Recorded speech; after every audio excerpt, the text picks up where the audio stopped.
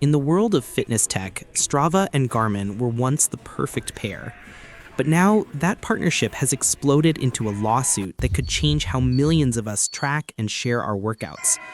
This isn't just business. It's a battle shaking the entire fitness community. Okay, so in the world of fitness tech, you've really got two giants, right? There's Strava, the social network we all use to get our kudos, and then there's Garmin, the absolute king of GPS hardware. For years, they were like the perfect pair.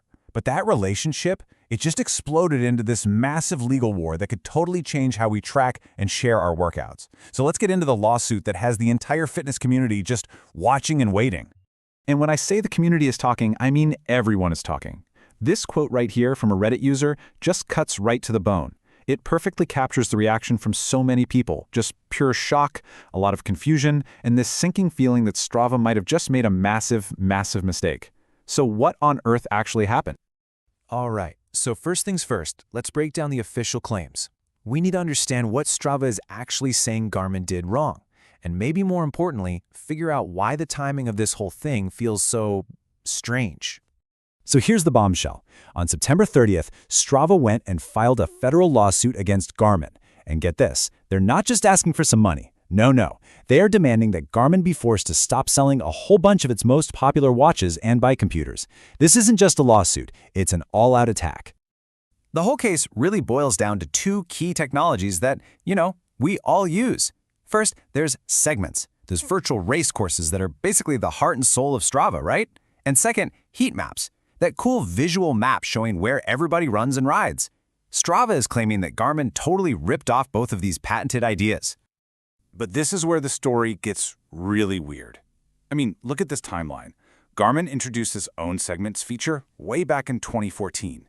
A year later, Strava and Garmin actually partnered up to put Strava Live segments onto Garmin devices.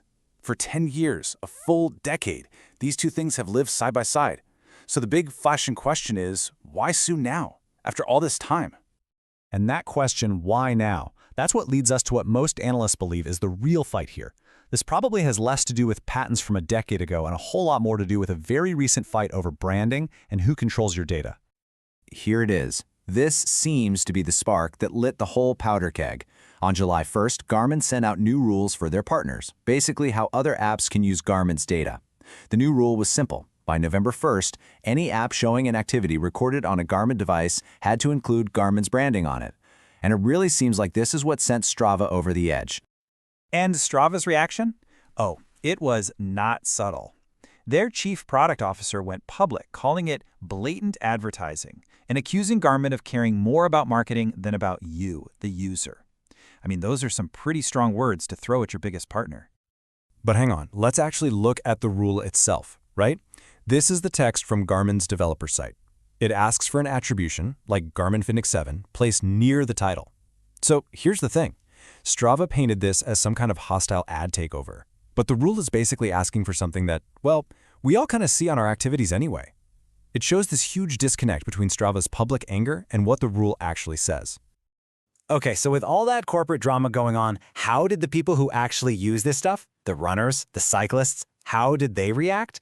Let's just say the court of public opinion delivered its verdict pretty quickly. The backlash was just immediate, and it was brutal. Users just like this one saw it as Strava turning on its most important partner, the company that makes the hardware for a huge portion of its user base. And this idea was everywhere. It was the main takeaway for the community. That there's this massive power imbalance. Garmin is a hardware giant in fitness, aviation, marine, the whole shebang. Strava is an app that, for so many of its paying customers, relies completely on the data coming from Garmin devices. And look, this wasn't just some angry chatter online. This turned into real action. So many users started posting that they were canceling their paid Strava subscriptions to protest. This hit Strava right where it hurts, their bottom line. All because users saw this lawsuit as just a crazy, self-destructive move. So all of this really just highlights what an incredibly high-stakes gamble this lawsuit is for Strava. Let's really dig into the legal and business side of things to see just how risky this whole thing is. First, we got to talk about a legal concept, but stick with me because it's super important here. It's called prior art, and it's simple, really. It just means you can't patent an idea that was already out there in public. If another company can prove the technology existed before you filed your patent, a judge can just throw that patent out.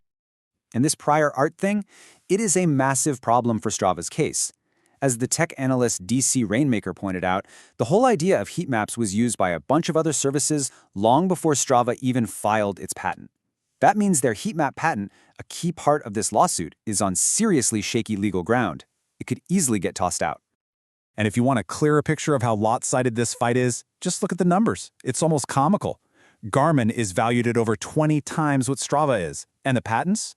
Strava has about 26, Garmin has thousands. This isn't David versus Goliath. This is a minnow picking a fight with a great white shark. And that shark has a history. Garmin almost never starts a lawsuit, but when someone sues them, they almost never lose. The single biggest risk for Strava here is that they've poked the bear, and Garmin might decide to fight back. Garmin could easily go through its thousands of patents, find something Strava's doing wrong, and file a countersuit that could end up getting Strava's own core patents invalidated for good. So, where does this all go from here? With so much on the line, what are the possible endings to this story? And what does it all mean for the future of our fitness data?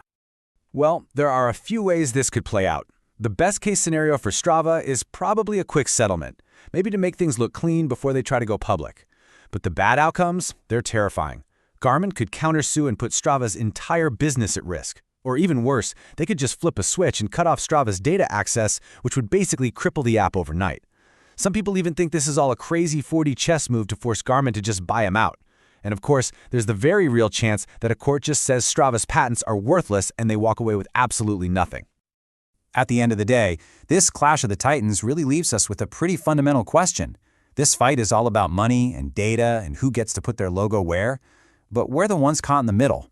And it makes you wonder, when the platforms we depend on go to war with each other, does the person who's actually out there sweating and hitting start on their watch ever really come out on top? So, as the legal battle begins, the real stakes become clear. This fight is about patents, branding, and billions of dollars. But when the titans of fitness tech go to war, the athlete is left in the middle. It forces us to ask, in the battle for control over our data, over our sweat and our miles, does the person who actually hits start on their watch ever really win?